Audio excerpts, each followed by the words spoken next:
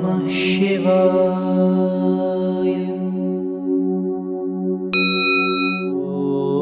Om Namah Shivaya. Shipi Vishtaha. Shipi is another word for Pashu. Pashu is one who is bound by a rope or pasha. So we are bound by ignorance.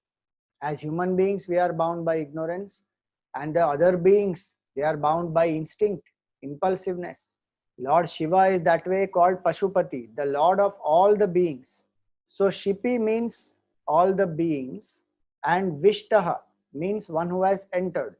So the Lord is one who has as though entered all the beings, and he is the inner enlivener of all the beings. All the bodies of the beings are made up of 5 elements, and 5 elements by themselves are inert. How do these 5 elements appear to become sentient and dynamic? That is because of the presence of Shiva, the Tattva, pure consciousness.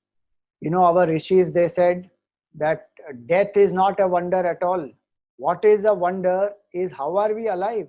If there is a balloon and in that balloon a hole is made, what would happen? All the air would leak out. Balloon may burst. But our body has 9 holes and still the pranavayu continues and it doesn't leave. How amazing is that? What holds this body together is not only the karma of this body but the enlivener of this body, which makes the inert into sentient, is Lord Shiva, Shipi Vishtaha. So he is the inner enlivener, and he is not only the inner enlivener, he is also the inner controller of everything. Antaryami.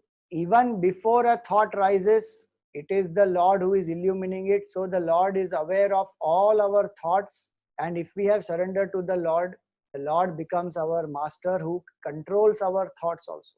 But when we have not surrendered, then ego is controlling. Even before we stand in front of the Lord and pray that, oh Lord, please bless me with this desire or please remove this problem, Bhagavan is already aware of our thoughts and desires because he is the Antaryami. And without his presence, the thoughts will not even arise. You know, our Pujya Gurudev used to give a definition, an equation of thought. What is a thought? Thought is equal to object plus consciousness. So every thought that arises is nothing but we are aware or conscious of an object.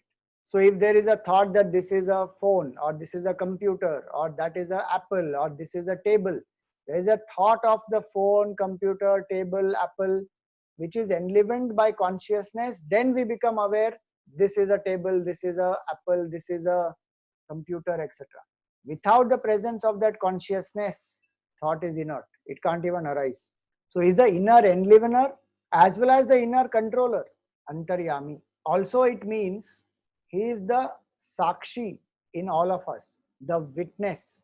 So Shipi is all the jivas and Vishtaha means one who has as though entered as a Sarva Sakshi.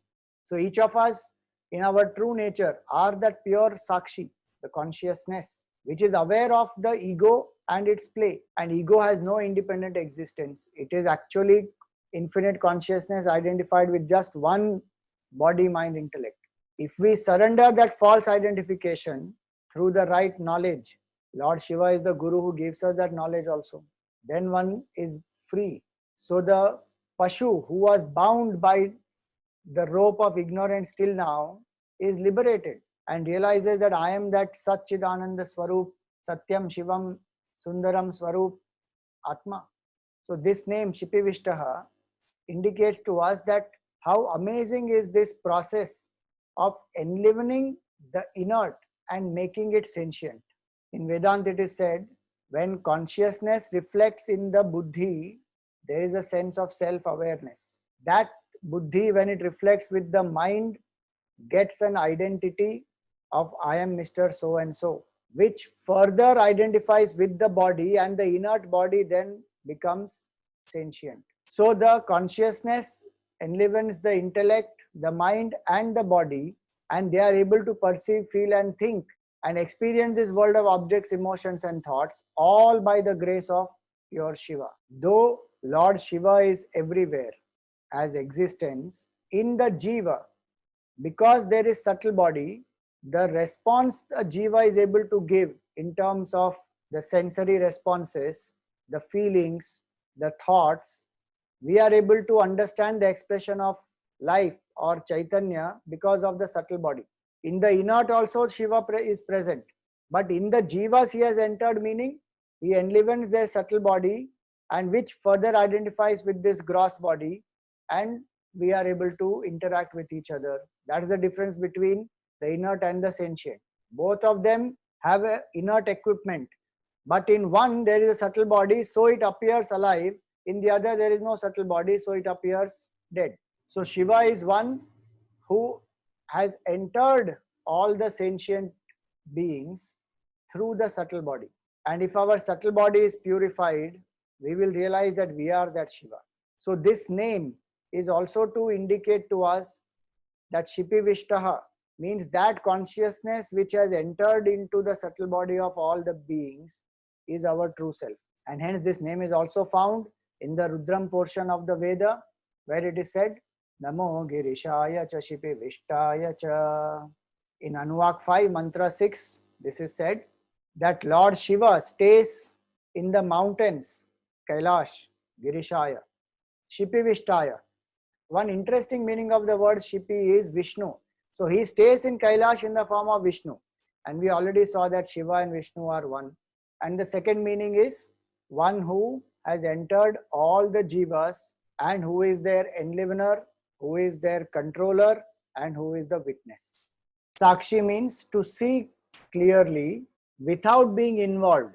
A witness is an uninvolved, unaffected observer. Thoughts rise in me, stay in me, and fall in me. Actions happen through the body. I am a witness of it. Feelings come and they go, but I remain uninvolved and unaffected. That pure consciousness which just illumines is the Sakshi, and that is Shiva. In Vedanta we say the illuminator is never affected by the illumined. In the same way, I am the illuminator as consciousness. It is never affected by any type of thoughts that come, any actions that happen, any results that we get in the world outside, anything that people say. As long as I feel I am the ego, I must be very alert to purify the mind, to do selfless actions, because only through that we will be able to recognize the consciousness as our true nature. To remain as a Sakshi requires a lot of Sattva Guna. So it is not a license to allow any thoughts, any actions to happen. But it is a fact that when we cultivate purity of mind, we recognize that our true nature is Sakshi, and that is Shiva. Samasta Sakshim, that pure state of consciousness is only a mere witness of everything. Just as the sun is only a mere witness of everything that is happening upon the world. As an illuminator. The illuminator never gets involved with the illumined. But in this light, everything shines out. Similarly, this consciousness is the source of light in which all our physical, mental, intellectual experiences shine out into our understanding.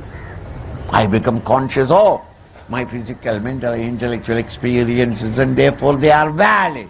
But in this entire stream of experiences, the consciousness is like the sun, a mere Sakshi, a witness, standing apart, untouched by these, unmolested by these.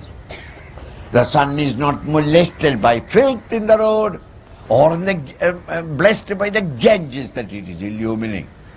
He is immaculate at all times, but he illumines everything. Similarly, this consciousness.